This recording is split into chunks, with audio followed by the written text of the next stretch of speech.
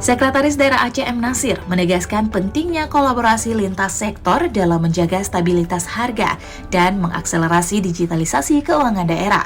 Hal tersebut disampaikan saat membuka high-level meeting tim pengendalian inflasi daerah dan tim percepatan dan perluasan digitalisasi daerah Aceh di Hotel Harmoni Kota Langsa, Senin 6 Juli 2026. Pertemuan yang dihadiri para bupati dan wali kota se-Aceh ini mengusung tema Sinergi Pengendalian Inflasi dan Digitalisasi Keuangan untuk Pemulihan Ekonomi Aceh Pasca Bencana. M. Nasir menyebutkan tema tersebut merupakan fondasi utama dalam upaya membangkitkan kembali ekonomi Aceh dari dampak bencana. Ia mengatakan pengendalian inflasi dan digitalisasi keuangan adalah dua agenda yang saling melengkapi untuk menciptakan pertumbuhan ekonomi yang inklusif, berkelanjutan, dan tangguh.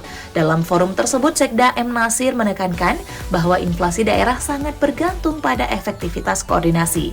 Ia meminta TPID Kabupaten Kota untuk tidak sekadar bersikap responsif saat harga naik, tetapi membangun sistem yang preventif melalui perencanaan produksi, kelancaran distribusi, serta penguatan cadangan pangan.